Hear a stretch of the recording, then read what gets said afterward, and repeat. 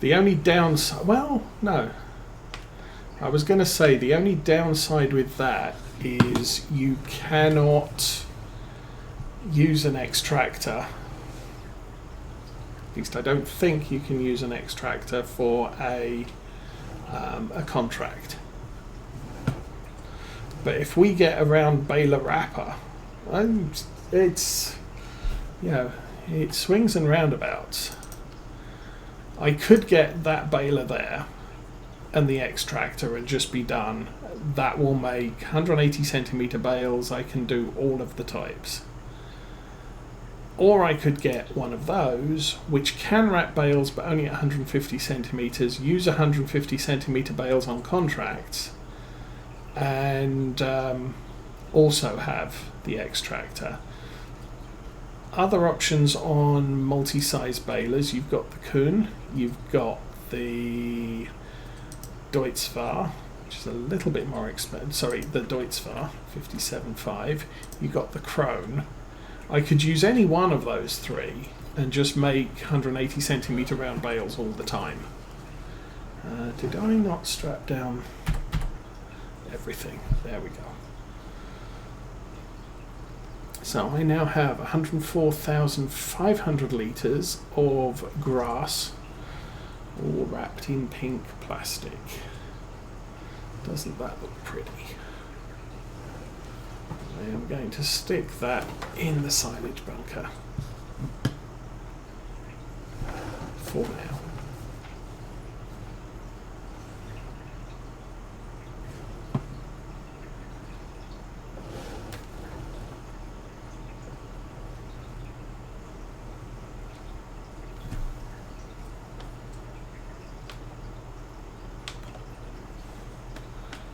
We will take a trip to the store. I was kind of lucky that the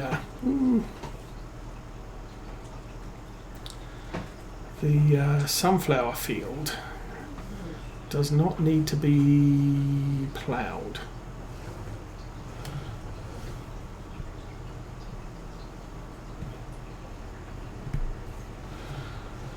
And I'm really kind of looking at how long am I going to put off before trying to get cows, and I think cows are next year things, or next winter.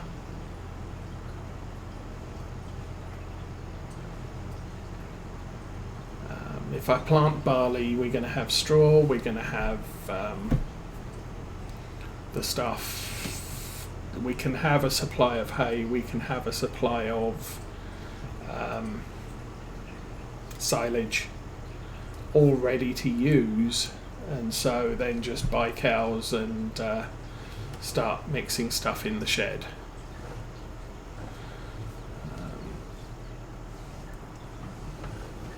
The other option, because the other option is I could dispense with wrappers entirely, and problem is I use it, or roll, not wrappers, balers entirely. Use the silage bunker and just have a collection wagon. Downside of the collection wagon is I don't have, you can't do baling contracts without either borrowing the equipment or having the equipment available. I think it's worth having the equipment so I can do contracts. It's one of the reasons why one of the first pieces of equipment I buy is the sprayer, because you can do herbicide if you want to, you can do spraying your fields, and you can do spraying everybody else's. So it's a good piece of equipment to have available, because fertilization contracts are quick and easy. But baling contracts not so quick, but they are easy, and they do offer extra money if you complete them and don't mess up. I am here. Why am I here? I am here for, I think this one is 150 horsepower. Dang. That one is 130 4 meters. Okay, let's go through the list. 3 meters, big. That's 150. I can plow across the field. That's fine. What do you like? You like a 600 ton weight on the front, 600 pound weight on the kilo weight on the front.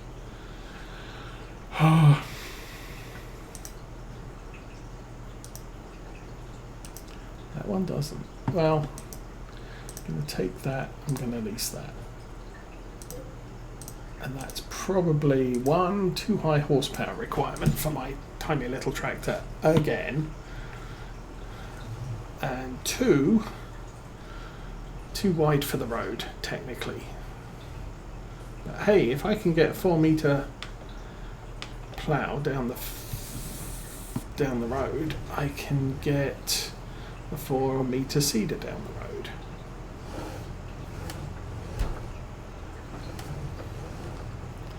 And since the lampposts don't have collisions and the hedges don't currently, this is fine.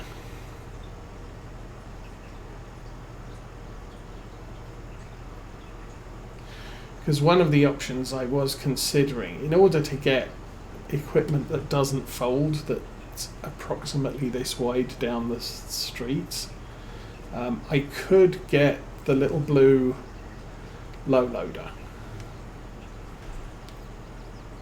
Because you can just reverse the stuff up to it, stick it on there and drive off. Not a problem. But that John Deere no-till seeder, while it's got a good size working width, I think the tow bar on it makes it 4.5 meters long and 4.5 meters wide. I don't think you can fold up that tow hitch, so it's just not going to be fun driving down the streets with it as it currently is. Now,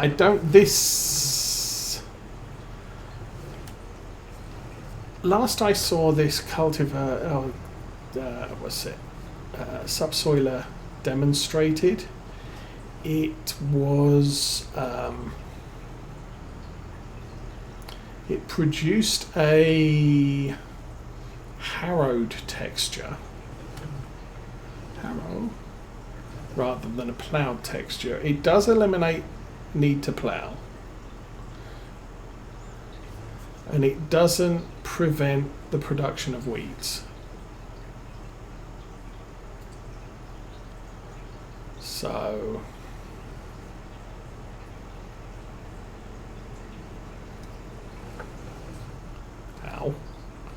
it may become a problem. Well, it's not going to be a problem for us with this, because all we're really doing is laying up the grass ready for 4 or 5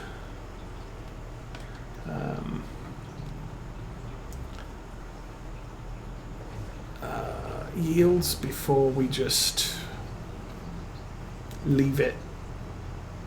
Once we put cows here, we're just going to leave this field alone. We're not going to use it for any production.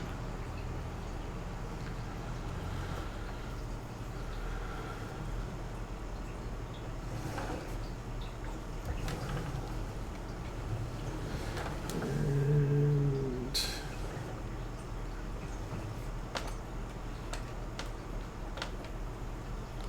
do that. Get in the cab, oh my goodness, and drive. So, driving this way across the field, I think 150 horsepower should be fine. Going up and down, we would be struggling. And yeah. Oh no! It creates rocks. That sucks. Okay, well, again, it is what it is. But we got a couple of days here to rectify all of our problems.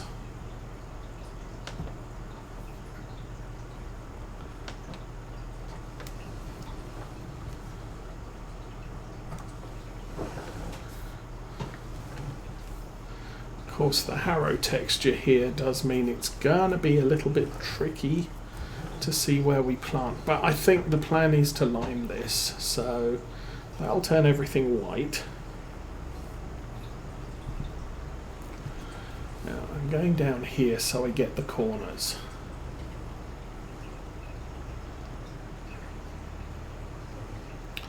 So this is bad. We're going to end up with rocks and weeds. So we're going to have to treat everything.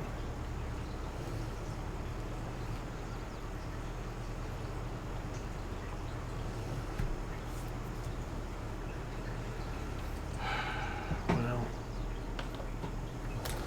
I'm not spending another 2,000 trying to find a subsoiler that doesn't create rocks. The reason I avoided the red Kun subsoiler was because it does absolutely create rocks, and I kind of wanted to avoid this. I didn't think this one did.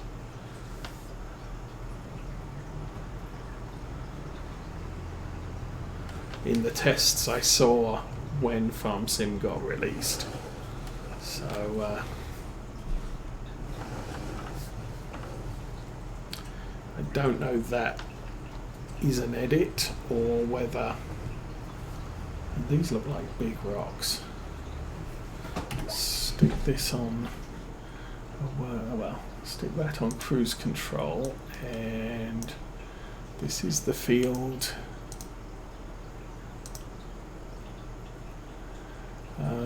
Stones. Yeah, those are red. Those are big rocks. So the only thing we can do with these rocks is pick them up. You can't roll them in. That's just painfully annoying. Again, I think to save from driving through the hedge, I'm gonna drive down this edge.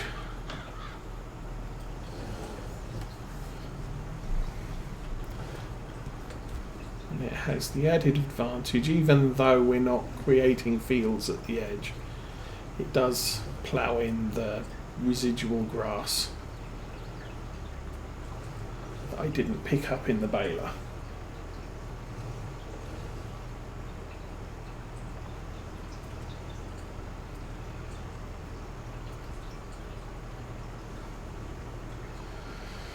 So the solution to this particular problem, and one that I mentioned was available and someone did recommend, is this thing here, which picks up 650 litres of rocks. I think, well, 425 to 650. I don't know. That might be size related. Yeah. Oh, hello. So 600, 1000. So 2400. That you can use to shovel rocks and sugar beets and a couple of other things. So yay for that. But the whole point is you don't have to run around the entire field with the bucket. Plus, with a bucket, you can just stick it on the ground and just drive at full speed.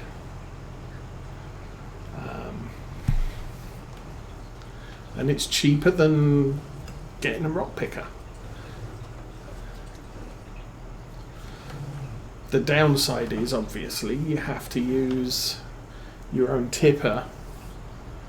Well, you have to find somewhere to put the rocks. You're not going to be driving across the map with 650 litres of rocks in a bucket to take to the rock sell point. But we've got a fairly good trailer, so we could just tip the rocks into that, and it has a far better capacity than a rock picker. So again, you're not running across the map with 2,000 litres of rocks. We can run across the map with all our rocks.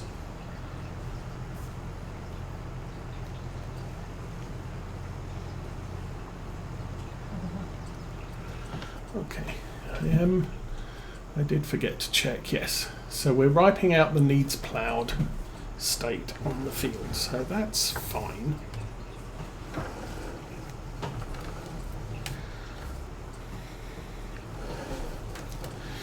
I think this option does work, but I'm still going to say I prefer the Kuhn subsoiler, although you can only get it in 4 meter working width. This one you can get in 3.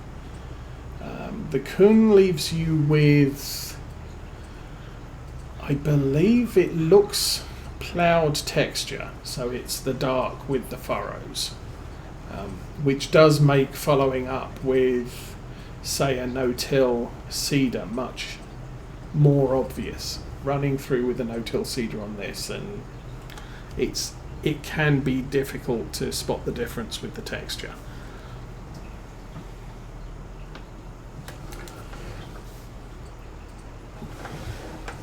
And you still get rocks and you get weeds with the Kuhn, so all you're really seeing with the difference here is the ground texture that you're left with. And frankly, I'm not too fussed about that at the moment. That does leave both of our fields in plantable states, though. Going to have to lease the spreader again. Deer, just go away. And birdies. It would have been, if I'd thought ahead, it would have been nice to have been able to lime both fields at the same time. Fairly certain I do not have enough lime to do this field either, so what I'm going to have to do is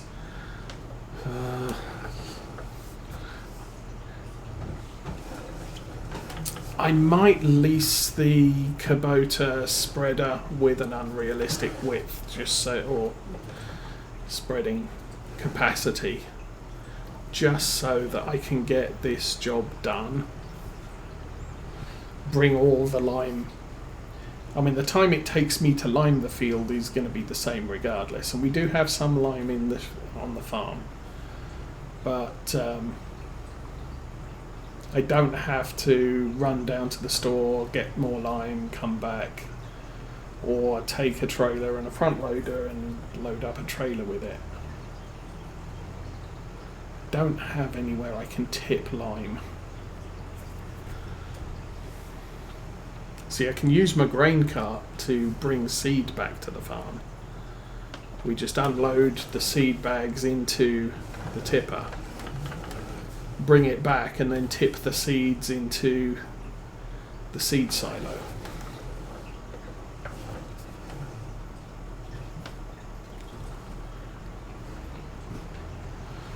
So that might be, I might want a big bag lifter for a front loader so that we can do that easily. We can do it with the solid fertilizer. Bringing back liquids, I don't think I have a tank available that does liquid fertilizer or slurry at the moment. Or milk.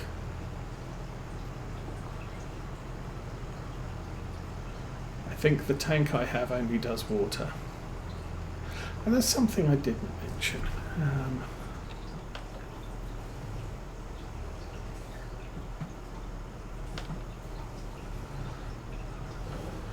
We don't have anywhere on the map where you can steal water. Now, I'm not fussed. We've got our washer and our water tap, so we're going to be paying for water.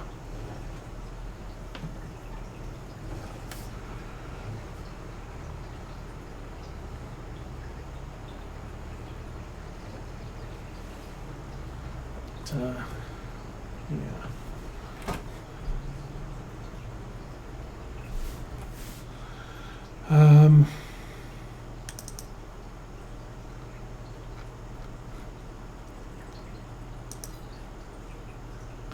Oh no, we're here. Animals.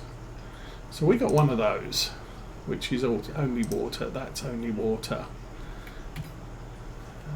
Do we have slurry tanks? There's a tanker. Only takes slurry. So yeah, we seem to be the wrong side of the hedge. So yeah, I don't have any mods that can bring slurry or milk anywhere. So I might have to look into that.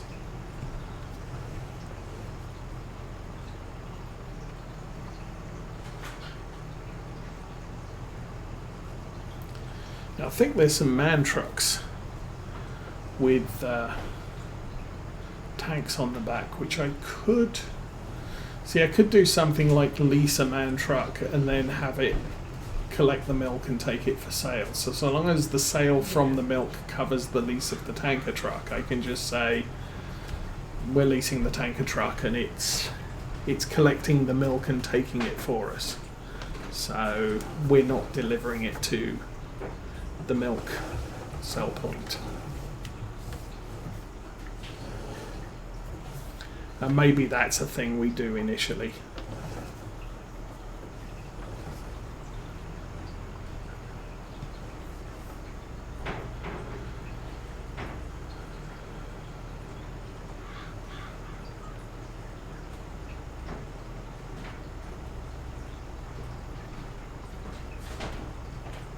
So I think I'm still sure some of the subsoilers don't produce big rocks.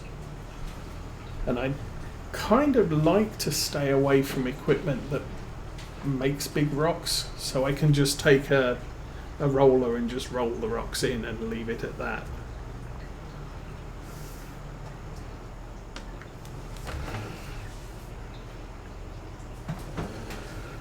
So as I say, rocks are a pain. Early testing showed that rocks do not damage tractors, which is a good thing, because normally with a rock picker, the tractor has to come out and damage rocks. It may and run over the rocks. It may be that a tractor attached to a rock picker does not take additional damage. No, it's not. It's not. It's definitely not. So yeah, in my testing for rocks, what I did was I ploughed a field, I picked up the rocks, and then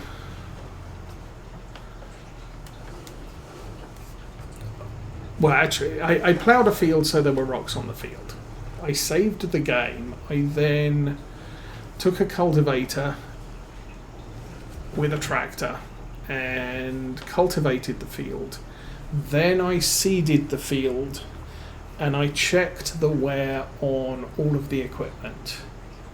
Then I restored, I picked up the rocks with a different tractor with a rock picker, and then using the same tractor and cultivator and same tractor and seeder, I re-cultivated and seeded the field. Now I know you don't have to cultivate a field that you've just ploughed, but I did that because I want, my goal wasn't let's be as realistic as possible. My goal was let's see what rocks do. And comparing them all, I found that the tractors were the same regardless, but the cultivator and the seeder had 10% more wear than when there were rocks on the field and when there wasn't. So the reasonable assumption is if you're driving over rocks, it's an additional 10% damage to your equipment. So they're going to wear out faster, you're going to have to fix them more frequently, and that's going to cost you progressively more money over time. So that's kind of where rocks stand. So, I could just plant this field. I'm leasing the planter, so it's not going to matter. I can mow the field. I'm using my own mower, so it is going to damage the mower every time I mow this field. 10% more than it would normally. But the mower's probably not that expensive to fix. So, you know, it's a sort of a, do I want to take the increased damage, or do I want to remove the rungs? And that's always gonna cost you.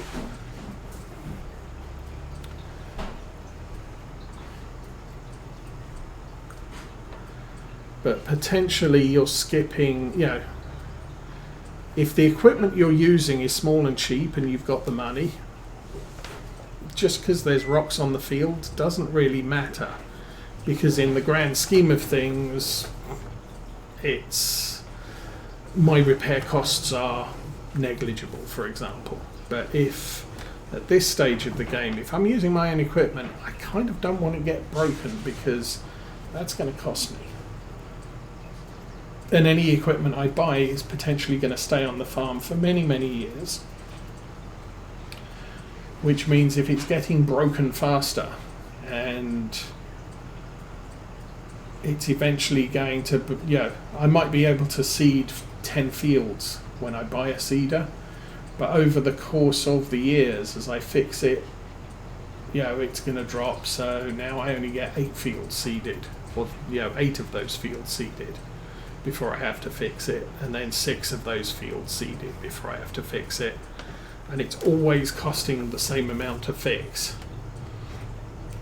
So when I get down to, well, I can plant 5 fields and then I have to fix it, and then I can plant the other 5 fields, I've doubled my repair costs.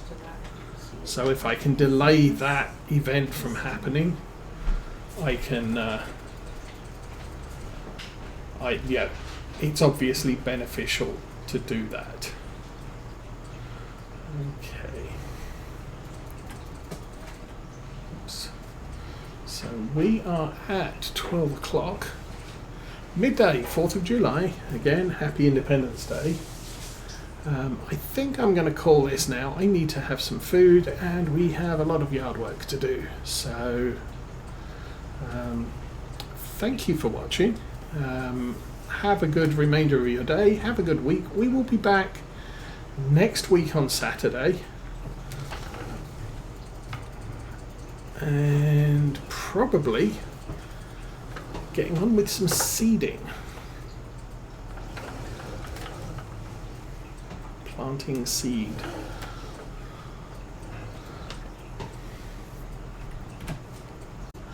But for right now, have a good time. I'm out of here.